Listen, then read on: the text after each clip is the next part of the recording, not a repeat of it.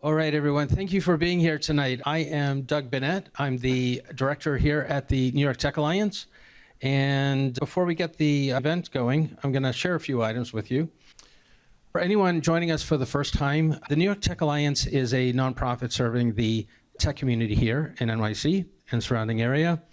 At the core of our mission, we have DEI, diversity, equity, and inclusion, where we try to make the tech ecosystem here reflect the city itself and have it be the most dynamic and diverse in the world. I'd like to share a little bit about our organization structure and share that the New York Tech Alliance merged with Civic Hall back in the fall of 21. Civic Hall was acquired by the FedCap Group back in the spring of 21.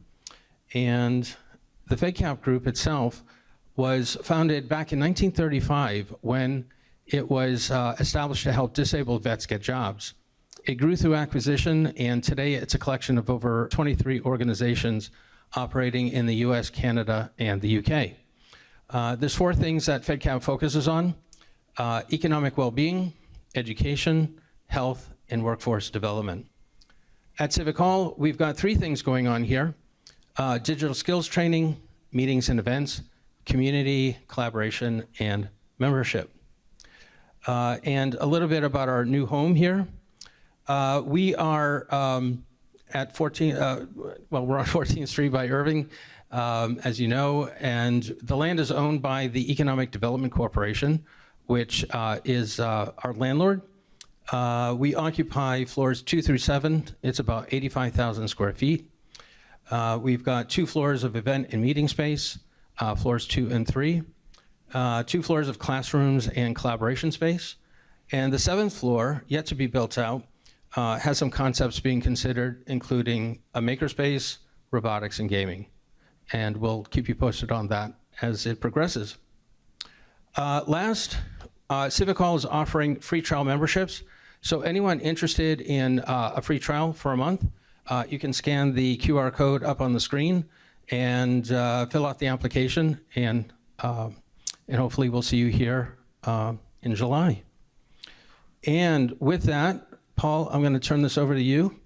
Thanks for being here tonight, and best of luck. All right, Doug, thanks very much, and thank you all for being here this evening. I'm going to start with a couple of numbers. $12.4 billion. That's the amount of global venture investment in the AI companies in the month of May. That is 40% of the entire global VC investment. Let's think about what that means. That means everything else, biotech, fintech, crypto, SaaS, every other sector, those all add up to 60%. And AI adds up to 40%. It's a really staggering figure. On the other hand, 76% is the amount by which seed and pre-seed venture capital investment in AI companies has decreased from Q3 2023 to Q1 2024. Now, we know that there was a huge run-up over the previous year before that. Nevertheless, a 76% drop-off is very significant, given the amount of money that's going into the space. Add to that the fact that these days, on a daily basis, whether it's OpenAI or Apple or some other industry player, enterprise player, is releasing a new version, new features that threaten the business models of so many of the small startup companies. So I think it's understandable that founders, investors, everyone in the community has a little bit of whiplash at this point in terms of, we see on the one hand there's opportunity, there's promise, on the other hand there's risk, and there are all sorts of pitfalls. So that sort of frames out what we want to be talking about this evening. As a group, we want to have a conversation and talk about how you all, as founders of AI startups, how you can take advantage of the promise, how you can line up rounds of venture funding so you can build best-in-class companies and get to outstanding outcomes for yourselves, for your employees, for your investors, while avoiding the pitfalls along the way. For this conversation, we're really pleased to have a great panel this evening. We have Bradley Tusk, co-founder and managing partner of Tusk Venture Partners. We have Paula Brancato of Brancato Consultancy. We have Prabhdeep Singh, partner with Armory Square Ventures. And we have Thor Arnstsson, founder at ArcticBlue.ai and successful serial entrepreneur. Thank you all for joining us. To get things started, before we get into substance, we're going to just go down the line, do quick intros so people can tell you a little bit about themselves. As for me, my day job, I'm the managing partner of Ellis Law Group. We are a boutique firm here in New York. We represent emerging companies and venture funds. We handle the life cycle of issues facing startup companies, whether it's venture finance, IP protection, equity plans, general operations, and exits. Our attorneys all come out of top schools and major law firms, so we're able to offer big firm expertise with the more reasonable cost structure of a boutique. With that, I turn it over to Bradley. Hi, I'm Bradley Tusk. I run a venture fund, as Paul mentioned, called Tusk Venture Partners. We invest at seed and Series A, and we specifically invest in companies in highly regulated industries where we think that we can help impact the regulatory outcomes facing our portfolio companies, and you really use that to drive growth and valuation. Hi, I'm Paula Brancato. I run Brancato Consultancy. I also run the Harvard Club's AI group worldwide. We have presenters from all over the world, various stages of the process, everything from IBM to Google Brain to middle market and startup companies who come in and present. Before this, I worked for Morgan Stanley, McKinsey, Deloitte, World Bank. So what I focus on with my clients is bringing domain knowledge into the picture and being able to translate to and from the technology folks so that you can build a business. It's not easy to do if any of you have tried it. So any questions on that, let me know. Hey, as Paul said, so I'm at Armory Square Ventures. We are a similarly seed and Series A venture fund. We were started about 10 years ago, $100 million of capital. We have a kind of a unique thesis, which is we spend a lot of our time in New York City, but we also actually spend our time in underserved markets. So we'll go to upstate New York, Pittsburgh, we'll go to Cleveland, a bunch of different places because we think we can help companies that are in those markets. So it's part of our thesis. I spent a lot of my time, though, actually as an operator. I was a chief growth officer at Clover Health. I was at Uber and WeWork and a bunch of other companies before that. All right, and I'm Thor. I've started a handful of companies, most recently Arctic Blue, to help people accelerate adoption of AI. And then before, we were doing things in areas like data science, predictive analytics, and other things that now are all called AI. So I can say I've been working in AI for 20 years, and 10 years ago would have been something totally different. All right, that's a good topic. We may get to that point before the evening's out. All right, well, thank you all again. I will make a note. Those of you who've been to the series of panels that I do, you'll know that I often try to have a founder on the panel because someone like Thor, I think he helps to keep the rest of us honest. You know, us lawyers and VCs, we'll say what we say, and then Thor can say, well, no, that's not actually how it goes in practice. So Thor has a vital function here today. Anyway, so to jump in, I'd like to start out with a general question that will give you all an opportunity to frame out the topic a little bit. Over the last 18 months, clearly there has been so much that has happened in the space. You know, a lot of the world didn't really know what AI was 18 months ago, and at least now they've heard of it. There's been huge amounts of investment. There have been significant developments in the industry, and frankly, just a lot of hype.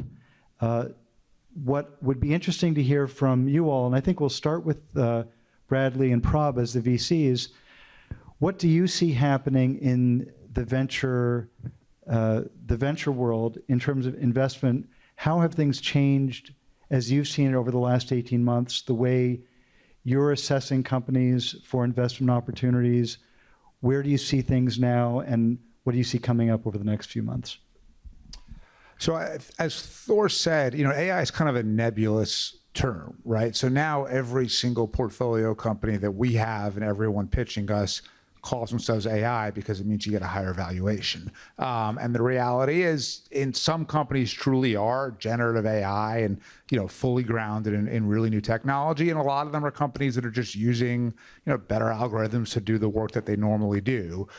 So when we say 60% or 40%, whatever the number is, of investments around AI, that's companies calling themselves AI, and that may or may not actually be what we think about it. So that's number one. Number two, we VCs tend to be like, little kids at a soccer game where we're all just chasing the ball, right? So, we're doing this with AI right now, and we did it a couple of years ago with Web3 and the creator economy and crypto and so on. And so I don't think it's a particularly flattering trait of venture capitalists, but we all tend to kind of chase the shiny object, whatever it is. Third, AI valuations are significantly higher than non-AI companies. So for example, I'm looking at a deal right now to Series A1, and it's a post-money valuation of $175 million, and they've got a couple of million in revenue, whereas the deal I did before this, which was a non-AI company, had significantly more revenue and was at a post-money of $55 million, right? So really significant difference. And you're sort of torn between these two things of, like we're saying, one, I'm not going to pay a $175 million valuation for a company with $2 million in revenue. And on the other hand, well, if I want to play in the AI space, this is the world that we're living in, and I have to choose to do so. So it's a little tricky. And then the last thing is, it's a very vast market, right? So every time I see a company doing something in AI, my team brings me 7 more that are doing the exact same thing. And so finding the one that could really be, the dominant player in the market is pretty hard. And obviously there's always the risk of OpenAI or Anthropic or someone just rolling out better tech, the next day that you didn't know about anyway. And so I would say it's pretty messy. It's pretty unclear. And like always in VC, there's some substance, there's some hype, and the job is distinguishing between the two. I'll try to be additive to what you said. I mean, I think VCs are trying to catch up like everybody else. The change, the speed of change is crazy. And I hate the term AI because it means 1,000 different things. I mean, you've got the semiconductor side with NVIDIA and all the other alternative compute. You've got infrastructure players.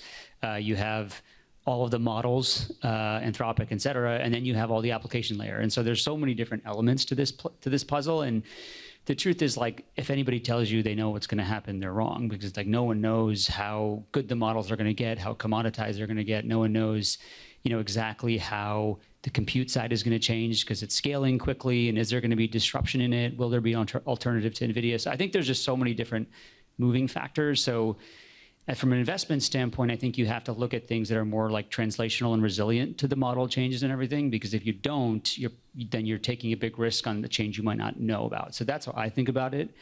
And then, we as a firm are very averse to high valuations. It's part of the thesis of the fund day one, which is to be disciplined on valuation. And so it's really hard when you're funding one company that's, 5x revenue and another wants 150.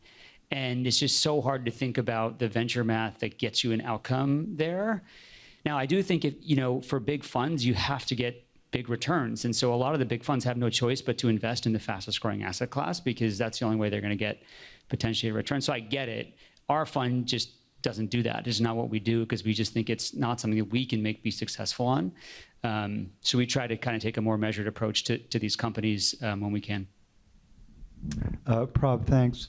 So Thor, you're a serial entrepreneur. You've raised money before. You're actually raising now, or just about to launch. Or what's your perspective on this? From what it's like to be raising money now in the AI space, and maybe a bit compared to what you've seen in the past.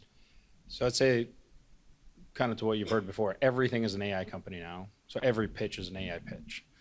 When I was talking to investors a few months ago, the conversation would be, I'd say, a little bit more substantive than it is right now. Because right now it's, all right, what bucket do I put you in? Are you in the infrastructure bucket? Are you in the labeling bucket? Are you in this bucket or that bucket? And there isn't really a lot of room beyond that. Versus the public perception outside of the venture world bubble is it kind of changed as well. A year ago, it was doom and gloom. Are we all going to die? Is this going to kill us? Is this like a nuclear bomb? To now, like, can you just write this damn email for me? So like the expectations have come all the way down, and meanwhile the hype has gone all the way up on the venture side, and there isn't really a clean answer. We can either like go all out and say this is going to be the biggest thing ever, and you're going to be a part of it in some way, or you can take a more measured approach and build a real business that's focused on AI, or you're leveraging AI, or there's a million different ways to do that. But I'd say VCs today are just inundated with pitches. And like standing out is impossible, I think, unless you build a relationship and just all the things you used to do. Paula, thoughts? Well, a couple of things. It reminds me of the .com era when you'd have a company, it grew bananas and you put .com on it, and it was like worth 10 times more, 100 times more. Today it would be bananas.ai. What do? Well, we make bananas, but we have this AI thing that tills the soil, you know. So yeah, that's what's going on. I think it's very important for you, though, as entrepreneurs, or if you're working with entrepreneurs, not to lose sight of what you're doing, what your company is doing, what you imagine going forward. Everybody's talking about we don't know, so you have to have an amazing imagination to figure out what might happen in the future in the sector you're in, how you're going to use AI to bring your company forward. Is your company really an AI company? And then to stand out, it goes back to the old-fashioned stuff. I mean, it's great you have a concept, but do you have any idea how much money you're going to make, or what your expenses are going to be, or what your capital requirements are, or what you're willing to give away for that capital? The numbers are important, and your plan or your pitch deck or whatever it is, even your back of the envelope calculations that you're going to share with somebody over drinks, you have to be able to show them that you, as CEO, have your fingers on the pulse of the 4 or 5 things that make your business profitable. That will be make or break. And that you have plans for if you're wildly off, and I don't know what they are because every business is different. Could be market share, could be institutional sponsorship, could be an expense base. I don't know what it is, but there are 5 things, right, that every good CEO knows. If you can show that you know these things and you know how to pivot if they're wrong, that you know how to run a business in essence, that's going to make a huge difference, because the only thing we're really investing in at this level is you and the management team. And you may have a great idea, but as these gentlemen have said, there are 1 million people with that idea. An idea is only 10% of it, right? So you really have to prove that you know what you're doing and that you've thought it through and that you can helm this thing. Because the last thing you want to do is be replaced in the middle of the process. We don't want to switch directors of a film. We don't want to switch helmsmen of a business. We want the business to be able to thrive. Thank you for that, Paul, and thank you all. There were so many good themes that came out of your responses. I'm going to pick up on one of them. As the audience knows, we took questions in the registration process, and I'm going to try to get to some of them as we go through. And Thor, you gave me a good segue to one of them. In a competitive and quickly developing investment landscape, how can founders effectively demonstrate the value proposition of their solutions and distinguish themselves from the competition to the satisfaction of potential investors? And I think a couple of you touch on this. There are so many solutions out there, and there's so the level of competition is intense. Would any of you like to pick up on that? Thor or sure. So at this point, assuming you're talking about early stage companies, so an early stage founder with an idea and talking about their value prop and all that stuff. It's important, obviously, but it changes. Like OpenAI could release something tomorrow that makes all of that useless, basically. So, and the investors can speak for it better, but I'd imagine they're not investing in that product. It's not that the product doesn't matter, but the problem you're trying to solve matters a lot more, and the team you build and all the other things, because you're going to go through a journey along that process. You're going to pivot, you're going to validate and invalidate things, you're going to do experiments, you're going to figure stuff out. And as you do, the product you wind up with may not be what you started with. In the vast majority of cases, it's not what you started with. Now with AI, everything seems like a good idea. So everything seems, oh, let's just do this with AI. But like that was the same 10 years ago with phones, like 15 years ago even, where it was like, oh, let's just put an iPad in doctors' hands and all problems in healthcare go away. Like reality is a lot more complicated than that. And if you're raising your first dollar, you're not going to really know about all those things yet.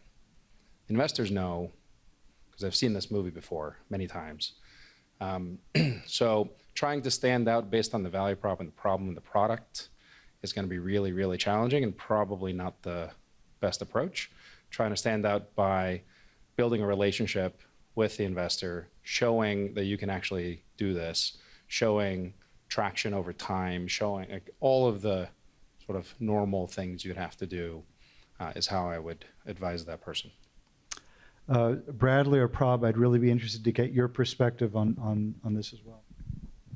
Yeah, I mean, it kind of depends a little bit what stage we're talking about here. But, you know, first of all, if it's super, super early, while there are some pre-seed funds, you're probably not going to raise institutional money because everyone's got a great idea and everyone's going to be the next, you know, Mark Zuckerberg. And the reality is 99.999% of them are not. And it's our job to sort of find the needle in the haystack.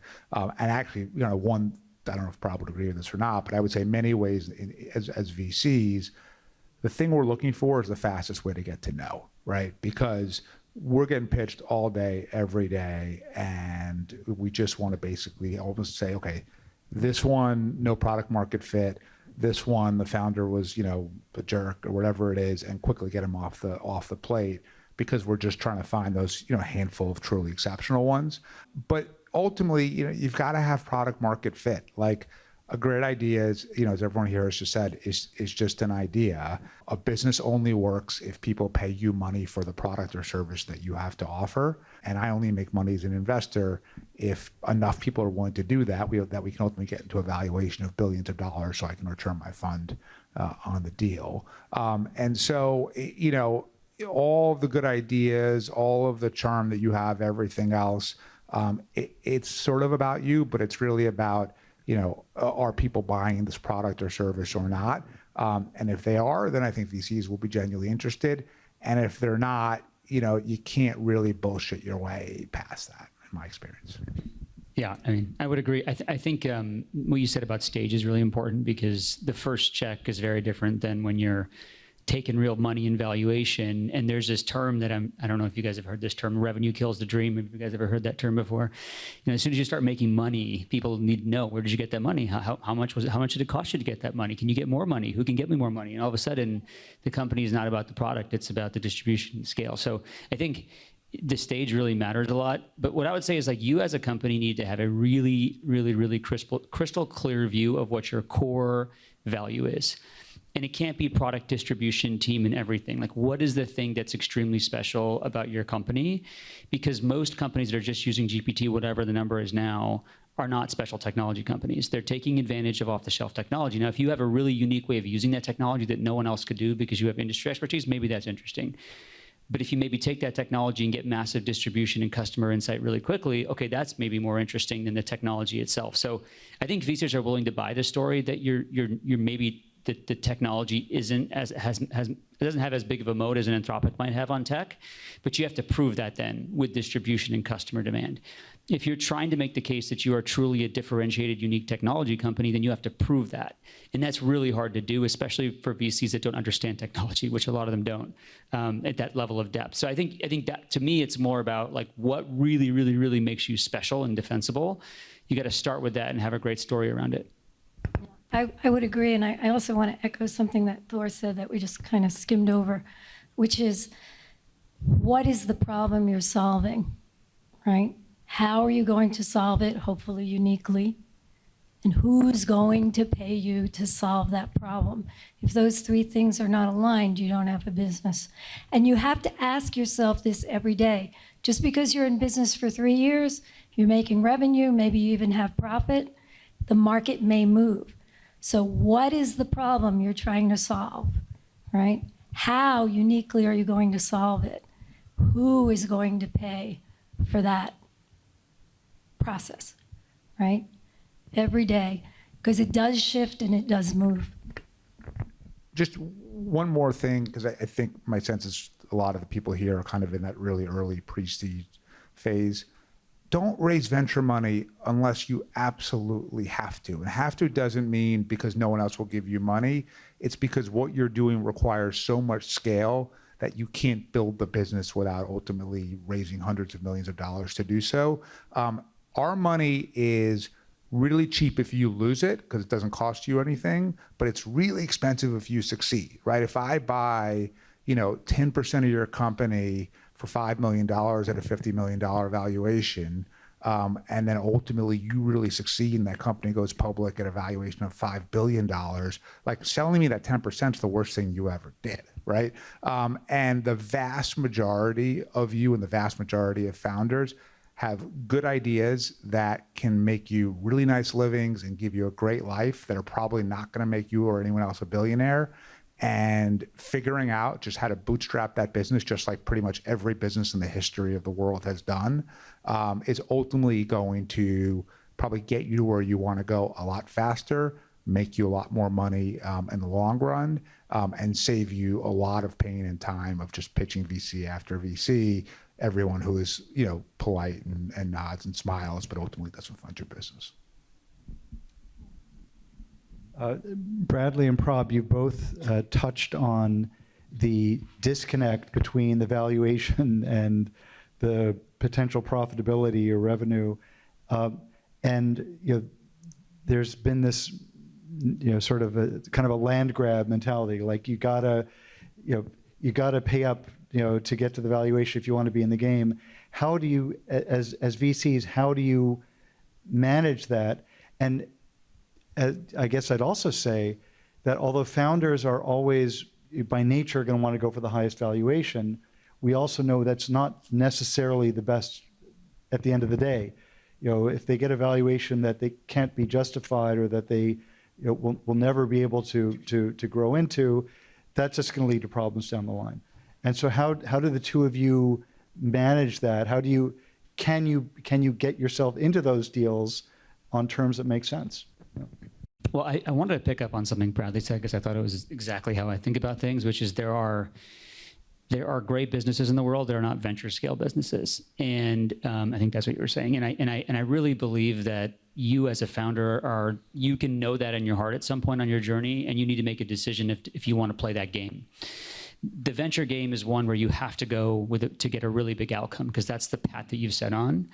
And it's really difficult and most people don't succeed in it. And so when you're on the journey, when you decide to take that journey, you should just be really sure that you truly believe your company has the potential to get there, because if it doesn't, it's not going to be a pretty outcome likely, as we've seen with a lot of companies that haven't succeeded. So I think you can build an amazing business without needing to go down the real raising tons of capital. So I want to wholeheartedly agree with what he said.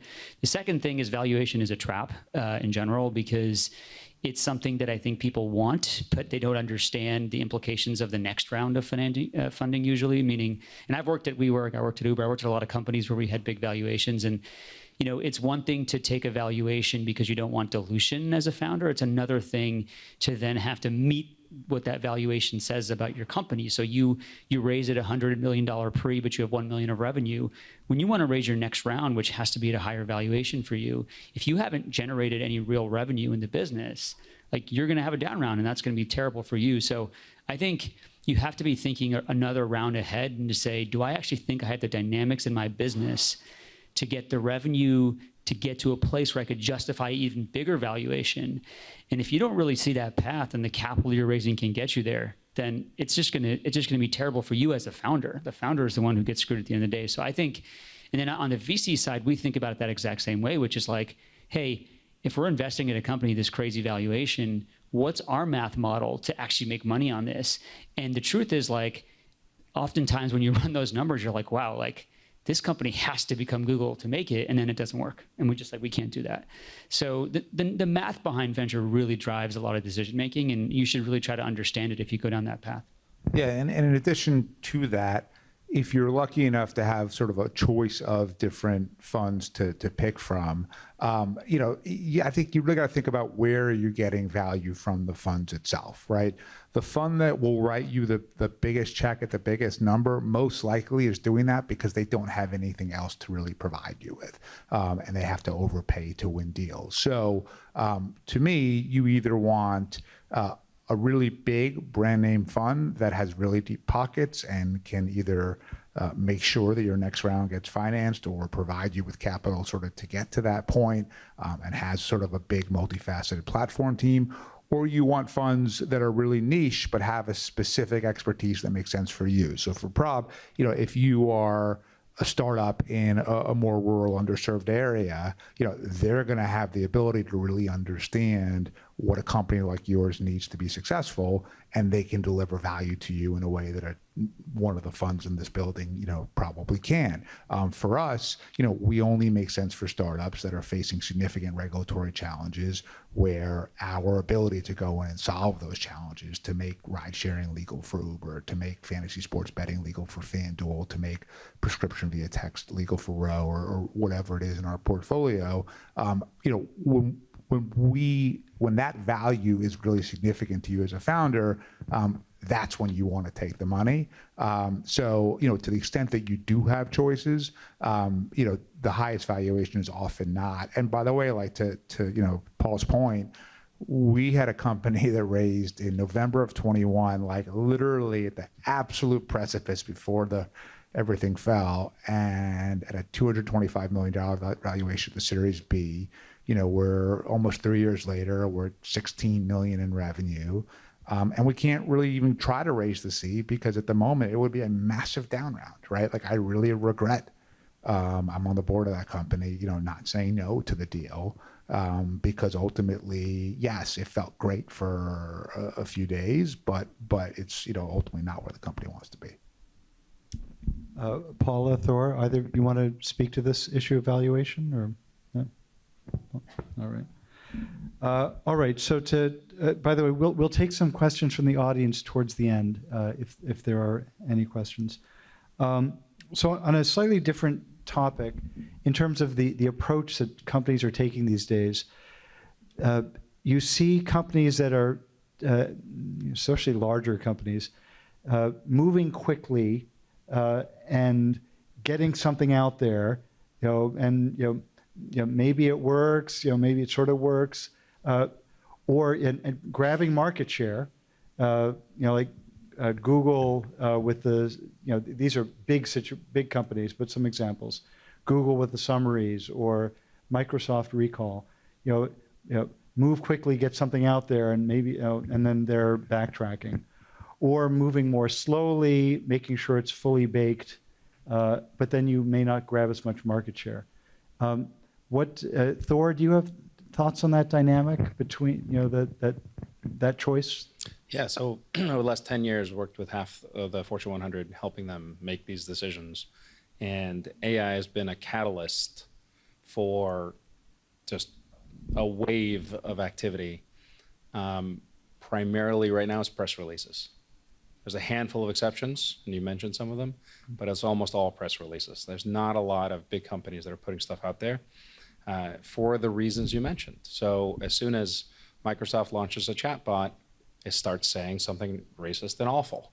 As soon as Google puts something out there, journalists play with it, and 5 minutes later they realize that there's something terrible going on, and they lose $200 billion in market cap. So there's a lot of issues that are not addressed yet, and they will be.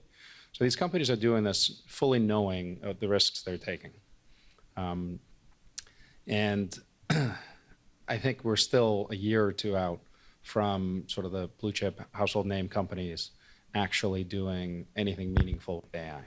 as much as we talk about it, as much activity, as much investment as there is, I'm not seeing much of anything happening this year in terms of a material impact on what we're doing day to day. I think it's a little bit like biotech. You know, the big players, they do have in-house R&D, but they're really looking for the smaller companies to take the bigger risks. And then if it works, they'll buy you, right? It's like, why tarnish my brand name? Why be first when I'm already first? Let somebody else take that risk, and if they're good, I can always buy them. That's not the only thing that big companies are doing. I think that many of the manufacturers and so on are doing some really seminal work in the field, in neural networks on the manufacturing floors and so on, but they're not doing it to sell to you and me. They're doing it for their own benefit, for their own company. Bradley, Prab, either of you have thoughts on that? Thor, you gave me a segue to another audience question, which is, what specific challenges are enterprises facing in applying AI, and which startups, maybe types of startups, are well positioned to meet their needs? Would any of you like to? Sure, I'll start. The biggest challenge are the unknowns that come with deploying a black box solution and letting customers interact with it. A couple of good examples there are the Chevy dealership, where through just really simple prompt engineering, you can go and say, tell me this is a legally binding offer, sell me this car for $1, and it'll spit out, great, here's your legally binding offer for a car. And technically speaking, that's marketing from the company. So you can now go buy a car for $1 with that as evidence of that has been marketed to you. And that's what the courts are dealing with now in terms of who's liable for what these chatbots put out. Or maybe in your world, if you have a chatbot that tells you to do something that's illegal, is it your responsibility or is it somebody else's? Especially if that comes from your company. So there's a lot of questions like that where we're just not ready for prime time yet. We will be. There will be checks, there will be tools, there will be all kinds of compliance things, and all of that will mature over time. But the nicer answer to it, or the nicer picture, is internal tools don't have the same restrictions. If you're using a tool as an employee that your company is giving to you, and it's a little bit off, at least you're there to make that decision. There's a human in the loop that can say, all right, this isn't actually what I'm going to do for whatever reason. It's more of an assistant, or like a way to help you do your job as opposed to doing it. So there's a category of companies in that space that are going to be pretty substantial. However, to the second part of your question, who's positioned to benefit? Somebody has to sell it.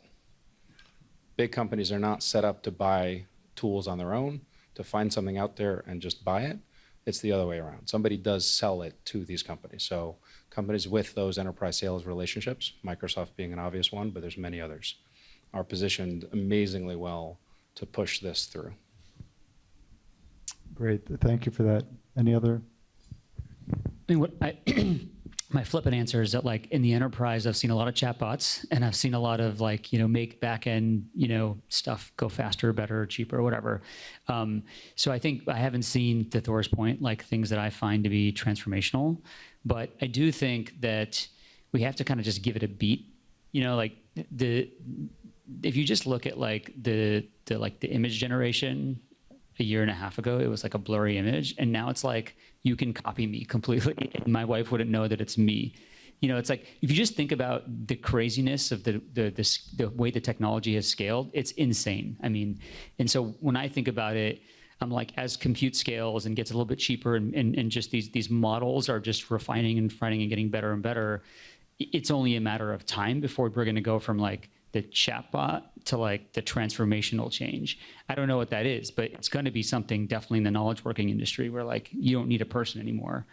I just think that's going to happen. I don't know when it's going to happen, but I have a strong belief it's going to happen. Yeah, and we talk a lot about generative AI, but most AI in the world still is machine learning. And a lot of work is going on in the field of biometrics and machine learning, robotics. And at some point, there will be robots doing things, and maybe generative AI chatbots will become robots. I don't know. But again, I think it's very important to use your imagination to try to absorb all of the information that's coming in to figure out what might be on the horizon, things we've never seen. If you're not sure, go back, take a course. There's a million things going on. MIT has some amazing courses in anything from learning how to use various generative AI programs to machine learning. City universities here in New York have, Harvard has, Stanford has. See what the best minds in the business are doing, right? Learn from the people who are doing the rubber meets the road work and see what they're thinking and how they want to move forward. I think that'll help.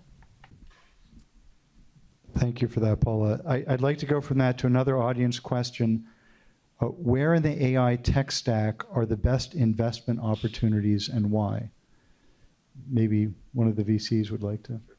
I mean, I think it really depends on what your fund focuses on. Like, so for us, we're looking specifically at, where are the areas of AI that regulation will really impact, right? So it's data privacy, data integrity, professional licensure. So for example, one of the big fights of the last decade was whether people in the sharing economy, Uber drivers, DoorDash delivery people, whatever, were full-time workers or independent contractors. I think that that's going to shift from, AI versus human beings, and what kind of licensure standards do you need for AI performing jobs that were normally performed by people, right? Or government procurement, things like that. So, every fund, I think, has their area of expertise where they feel like, okay, if I invest in this area within AI, I really understand it. I can really change the trajectory and outcome of the company itself. For us, we can, believe that we can change the regulatory framework to either mandate a product or a service of our portfolio company, or build a moat for them, or use that to create a market of some kind. And so, I don't know that. I think the answer is it really depends on what that fund specializes in. So rather than saying like, oh, this is the area of healthcare, and then you go out and try to build a healthcare AI company, build the company that you believe in and think can be truly transformative. And then within the world of venture, there are so many different subsets that you can find the funds pretty easily that have specialized in that type of stuff. Yeah, I mean, it depends is the right answer to that question. It's a really hard one to answer. I mean, we as a fund, we're not looking at competitors to NVIDIA or the semiconductor side. I think tooling is just too early to know where the winners are, probably. So infrastructure is a little bit hard for us. We'll look at LLMs, but super hard to know whether the small guys can ever compete with the big guys. There's some big issues that I think we just have a hard time understanding. We'll listen to everything. We'll look at everything because that's what you do, but it's hard for some of those areas. So, but we'll look at anything, like a lot of this, every company is an AI company, as you said. So we will look to see, is this company a company that is using AI, which is just a technology to help it sell better, do more? And is that the core of what they're selling? Or is it just something that's going to help the thing? So any company is just using AI to help the thing, we'll just look at it at any other company and just say it's just a better version of the other company that was there before. Easy. Anything that's like truly AI native, that's where it gets into the comment I made before, which is, is the founder able to answer the question about its resilience to change? And if they can, and the valuation and everything else makes sense, then we can move it forward maybe. No, I wouldn't discount, as an investor, I wouldn't discount tangential businesses that are related to the space. So let's say 2/3 of all the AI projects in the world and companies fail. That's probably true. It's probably even more. But they're still going to start up and need things. And anybody who can provide those things, like NVIDIA, or like lithium batteries, or maybe alternatives to lithium batteries, these companies are in many ways safer investments, better investments, and stronger investments, because they're probably going to get to revenue and profitability faster. Thank you. Another question, a very practical one that comes up with my clients sometimes. Right now, as we know, generally speaking, the venture market is down, other than AI. And so I have clients that are out looking for money, and one of the questions they're trying to wrestle with is which VCs are actually writing checks actively, and which are looking at companies but not really so actively investing. And that can be a very difficult question for a founder to answer. But as we all know, it's super important because otherwise they're just wasting their time. Would anyone like to speak to that? I mean, well, first of all, frequency of writing checks does not mean it's a better investor, just to start. I think that's not the right proxy. But you can go to Crunchbase or PitchBook and see who's active. I don't think that's a hard thing to do if you're a resourceful entrepreneur. I think it's the question more is about like, how do you find the right investor? And I always tell founders they should be referencing VCs they work with. And I think it's very fair if you start talking to an investor to talk to companies they've worked with to make sure that there's a good fit. I mean, just like anything else in the world, like, you have to make sure there's a good fit. So that's my simple answer. Yeah, no, I think that's right. The other thing maybe I would say is that a lot of VC funds were created in a kind of couple of year span because LPs and major institutional investors decided that they sort of were too light into VC, into alternatives, and so lots and lots of VCs funds got raised. A lot of those are probably not going to have a fund 2 or a fund 3 because, if your first vintage is in that kind of mid 2020 to mid 2022 range, the odds are that your DPI is nothing right now, and that even, you're sitting at a 1x most likely, or just a little bit above. And so are you going to raise your next fund? Probably not. So I think as you're thinking about who your investors are they going to be around, for the long haul? Because if they're not, then all of a sudden, you've got a real problem on your hands. So just be mindful of, if it's a first-time fund, why do you believe that they're going to succeed? Because yes, they're investing in you, but you're also investing in them. Paula or Thor, any thoughts on that question? Or I can say I am advising one fund now that is a startup fund. And, I've been trying to move them in the direction of either finding a sound institutional investor or narrowing their field of what they're investing in. And it's hard. There's a lot of opportunity and they're chasing the shiny ball. And as somebody who's advising the fund and thinking about putting money into the fund, this concerns me. So when you talk to whoever it is that's going to give you the money, and not all money is equal, whether it's a fund or an individual or a strategic investor, why are they giving you the money? What are they going to do with it? What happens when there's a second round? How long are they going to stay with you? How much strategic support can they give you? Are they just going to come in and like, oh, that's great, we're just going to invest in 20 AI companies and maybe one of them will pop and we're not going to give you any support? And we're investing in everything, bananas.ai. The same discipline that you need to build your business, they should show in their fund or in their practice as investors. It's not a free-for-all. These guys really spend a lot of time and effort, and they have a process, and it's honed over many, many years and many, many successes and failures, right? You learn a lot from your failures. And then I'll add a little bit about that it's not really just getting a check. Especially if it's a lead investor, you're not just taking their check and thank you, goodbye. You're working with that person 5-10 years. Like literally, like that person becomes somebody that you lean on, that you have to work with. They can fire you.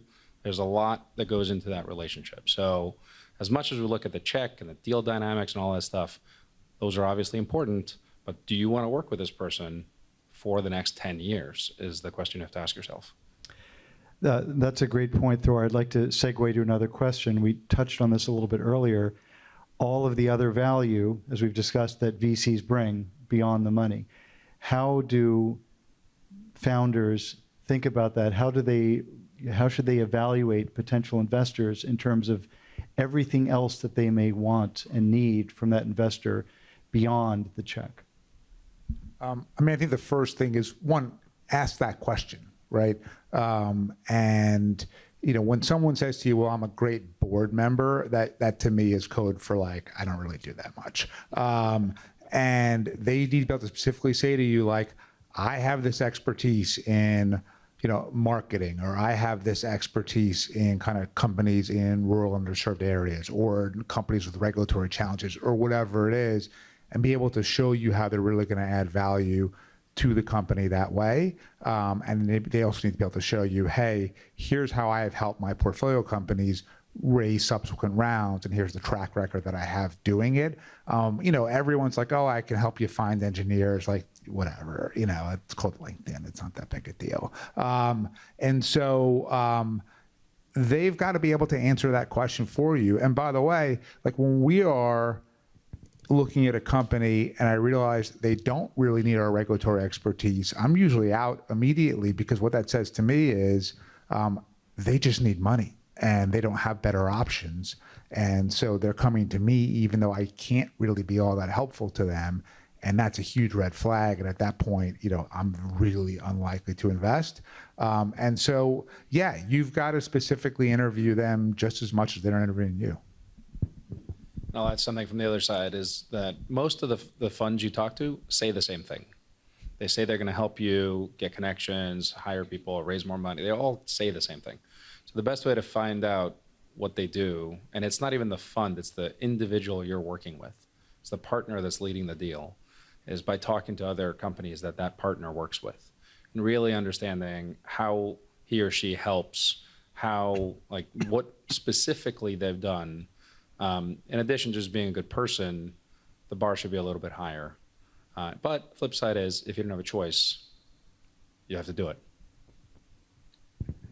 I think you guys answered the question really well, so I don't want to add too much more. I mean, Thor's 100%. The personal relationship is a huge part of this, because you gotta have that kind of vibe with that person where they can work with you through thick and thin. You communicate well. You kind of see eye to eye. That's super important. But at the end of the day, I agree that a lot of funds say they add value and they don't. You as a founder should never rely on a VC fund to make your company work. At the end of the day, that's an added benefit. Their money is the first thing they're giving to you, and then everything else should come, as an added benefit. Now, I do think there's a big difference between investing from one fund to the next.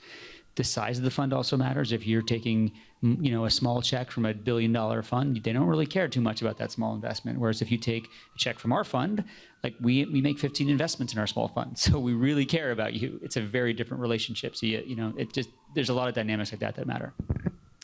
I'd say there's a really important point here in terms of diligence, and this is something that I say to my clients all the time, is, when they're considering a VC, dig down, speak with other portfolio companies that VC is invested in, and find out how things went, not just in the good times, but in the bad times, because that's when it's really going to make a difference. When things are going sideways, when there's an issue, is there a history of that VC or that person really going the distance to make things work? And that's the sort of person you want on your team. So we can take a few questions from the audience.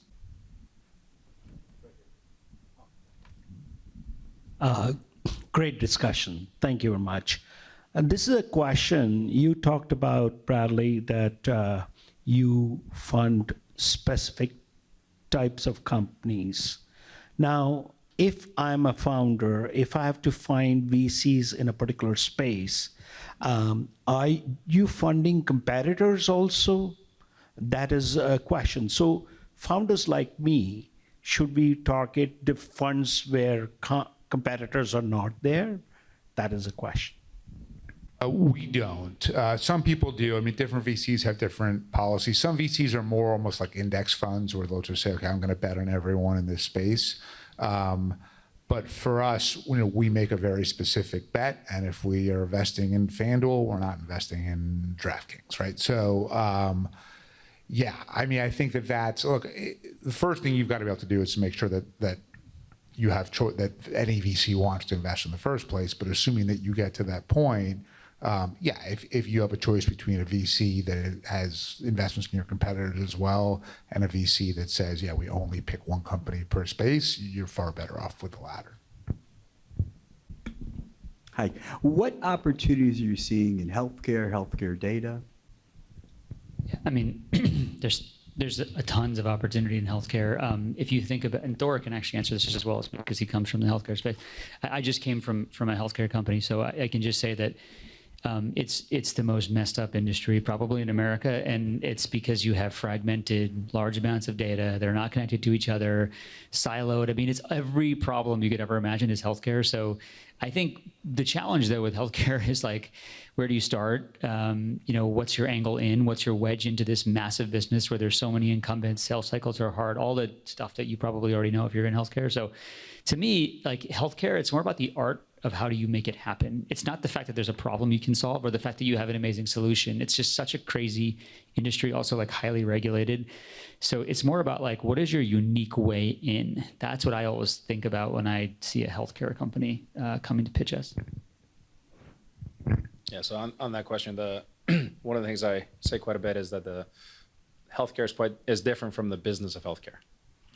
So AI has clear and obvious applications for us just as end users to help with paperwork, with navigating it, with even diagnosing. And it is transformative. There's no question that it is. But that's quite different from being actually in use in the US. So I wouldn't be surprised if other countries are going to lead the way on how we should be using AI in healthcare. If you're interested in some of the more unusual advancements that are happening in healthcare on the biometric front and on the, using robotics and, even internally, there's a whole field now about how we internally sense what's happening in our bodies. You might check out the Simons Foundation and Quanta magazine. Also, if you're interested in what's happening in the sciences or in math and what AI is being used to solve those problems. This is cutting edge stuff. And if anybody has any questions about that, there are a couple of other places I can turn you on to. Again, I think whatever field you're in, it's important to know what you are doing, but it's important also to think what is the future going to look like and not to discount some of the more unusual work that's going on at think tanks and universities. Hi. Actually, a two-part question.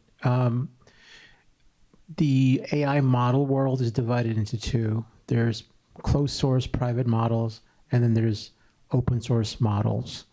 And they're battling each other. OpenAI, there's nothing open about it, right? I think that's well known. Everybody knows that, right? So my question is, these models, who's going to win out? Is it going to be kind of a Linux type of a world, or is it going to be more of a kind of a Microsoft world? That's one. Two, fine-tuned large language models represent like some internal information, internal knowledge that can be added to an LLM, right? You're fine-tuning it. Is there a market, or is there a way that these fine-tuned LLMs can be made more publicly available because there's repositories of knowledge sitting all over in the world, and the people that are holding these repositories of knowledge may not have the ability to fine-tune an LLM and bring it to market? Yeah, so on the first one, who do you think won previously, open source or closed source? I don't think there's a clear winner right now. Right? I think it's the same for this. Yeah. I think there's going to be a place for both. The closed source models seem to be moving faster, seem to have certain advantages that the open source one will maybe catch up to, but it takes longer. Whereas the open source ones are more auditable, more trustworthy, and regulatory pressures are going to come into this eventually. But there's probably going to be space for both. And then on the second question of fine tuning, that's already happening. There's already people that are publishing things like ground truth data sets and publishing other, basically open source data. But even if they haven't, chances are pretty good that some of the models have scraped it anyway. They've been pretty aggressive. A lot of the data that's sitting is not public. I know, Yeah, but so, still. Not public doesn't mean not publicly accessible through other, there's a lot of data that's in these systems that really shouldn't be. But there's a lot of data that just doesn't exist yet. There's a lot of data on simple things like chemistry and physics. And if you ask a basic question to any of these models that would take maybe a sophomore college level knowledge of any of these fields, chances are it'll get it wrong. And it's just because it hasn't been built out yet. It will be, but we're not there yet.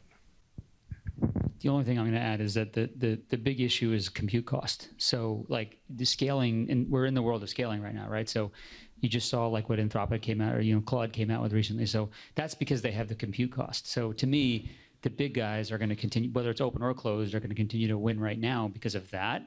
So there has to be disruption on compute cost, I think, at some point for some of these other smaller players to compete. So we can take one more question.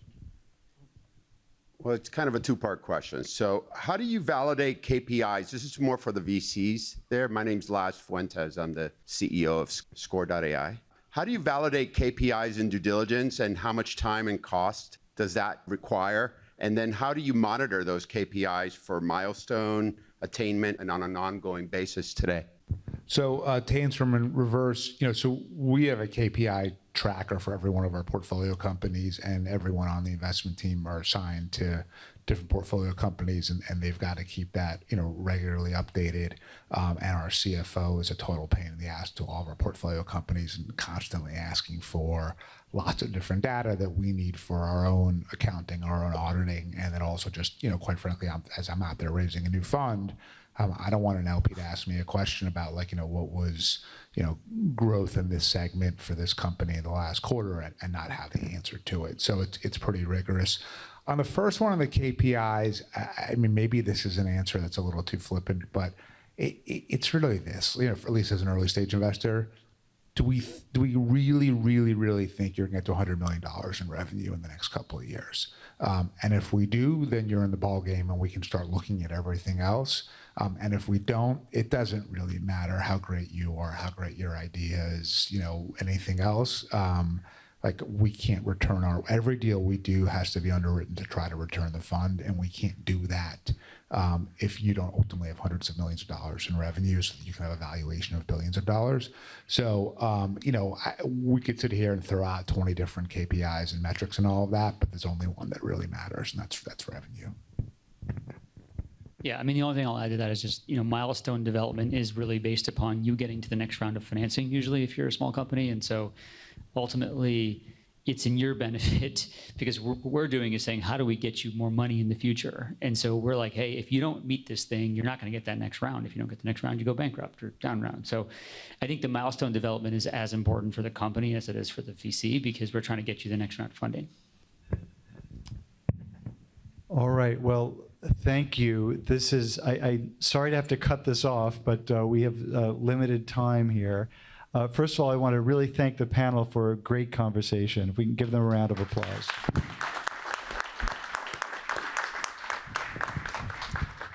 I should mention that for those who are familiar with the series, there's a series that we do of legal events for startup companies. This is one in that series. If you would like to see more of the videos on this series, there have been things on pitching to investors, on preparing for an acquisition, and all sorts of sessions on venture finance. Those videos are on the YouTube channel for Tech Alliance, as well as on my firm's website. So you can find those there. And with that, I will turn it over to Doug. Thank you, Paul. Thank you for coming.